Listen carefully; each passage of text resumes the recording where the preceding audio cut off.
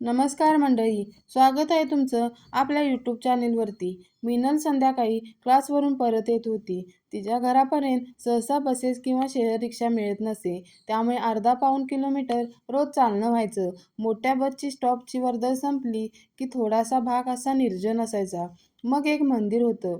तिथे मिनल वळायची आणि कॉलनीचे मोठे गेट यायचे. तिथून अगदी रम्य वाटायचे. घरी जाईपर्यंत ओळखीचे 2-4 जण भेटायचे. कुणीतरी बोलायचे. मोठ्या बस स्टॉप ते मंदिर या दरम्यान एक छोटीशी दर्गा होती. तिच्याजवळ 2-3 मर्क्युरी लाईट होते, पण ते क्वचितच चालू असायचे. त्यामुळे अर्ध्या किलोमीटरच्या अंतरावर बऱ्याचदा दिवे नसायचे आणि नेमके तिथंच मिनलला चालायला भीती वाटायची. कधी कधी रोहन, तिचा मामे भाऊ, गाडीवर घ्यायला यायचा. कधी त्याला जमायचं नाही. आज मिनल आपल्या धुंदीत चालली होती. दर्ग्याजवळ आली असावी, अचानक सायकलची घंटा वाजली. ती बाजूला सरकली, तरीही पुन्हा घंटा वाजली. असे 3-4 वेळा झाले. ती थबकली. पाहते तर एक कोणी माणूस सायकल हातामध्ये घेऊन बाजूने चालला होता.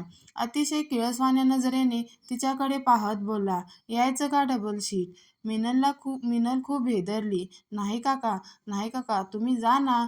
आणि झपाझप चालायला लागली. तो माणूस भीषण हसला. "तुमची मर्जी." आणि सायकलवर बसून घंटी वाजवत निघून गेला. जाताना मिनलला नक्षीकांत पाहत होता. मिनलची धडधड वाढली. किती काळाकुट्ट माणूस, डोळे बाहेर आलेले घुबडासारखे आणि चेहऱ्यावर फक्त दात दिसत होते, ते पण तो हसल्यावर. खूप खूप विचित्र आणि भयानक होता त्याचा चेहरा. बेदरलेल्या मिनलच्या कॉलनीचं गेट पाहून सहज झाली. ती वळून सरळ दाखवत असली तरीही त्या घाणेरड्या डोळ्याची आठवण किळस आणत होती. त्याचा चेहरा, आवाज आणि ती घंटी तिच्या डोळ्यासमोर जाईना झाली होती. मामा किंवा मामीला सांगावं असा विचार आला, पण त्यानं काय होईल? त्यांना टेन्शन कशाला? म्हणून ती गप्प बसली. मिनल एका छोट्या कंपनीत नोकरी करायची आणि संध्याकाळी MPSCच्या कोचिंगला जायची. यावर्षी काहीही करून तिला ही परीक्षा पास करून चांगली नोकरी मिळवायची होती. कारण या ध्येयासाठी छोट्या तालुक्याच्या गावातून ती शहरामध्ये मामाकडे शिकायला आली होती. आईबाबांनी नोकरी करायची परवानगी दिली होती, कारण संध्याकाळी क्लास असायचा आणि कंपनीत तिला संध्याकाळी लवकर जाण्याची संधी मिळाली होती. तिचा भार ती कुणावर पडू देत नव्हती आणि क्लासही होत होता. या रुटीनमध्ये काल झालेली घटना तिला डिस्टर्ब करून गेली. तिने कालची घटना विसरण्याचा खूप प्रयत्न केला. रात्रीपर्यंत ती थोडीशी नॉर्मल पण झाली.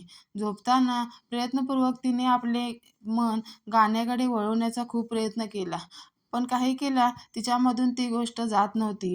तिला सारखे सारखे तो प्रकार आठवत होता. तिला या गोष्टीचा विसर पडला. ऑफिसमध्ये तिला ह्या सगळ्याचा विसर पडला. संध्याकाळी ऑफिसमधून क्लासला गेली. तिथून बस स्टॉपवर गेली. तेथून पायी घरी निघाली. तेव्हा तिला कालची घटना आठवली.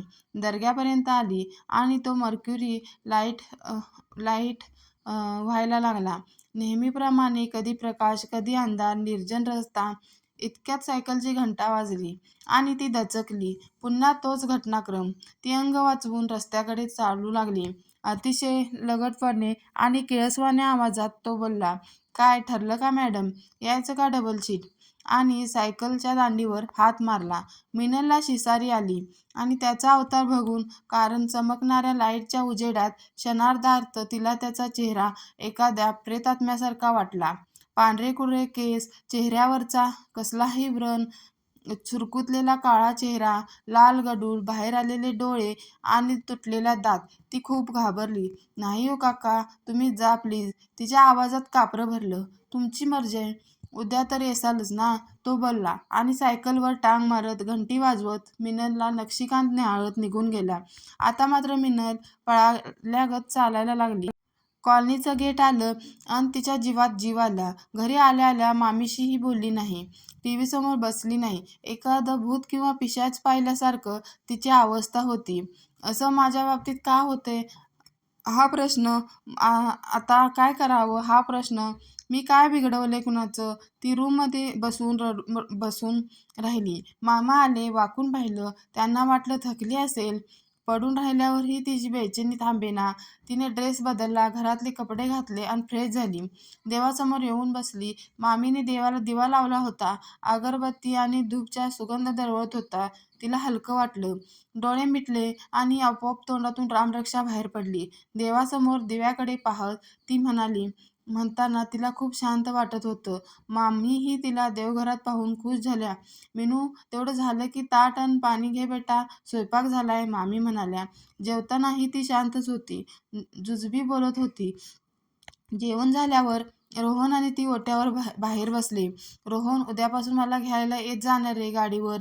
अंधार पडतोय हल्ली. मला भीती वाटते रे चालत यायला," ती काकुळतीने म्हणाली.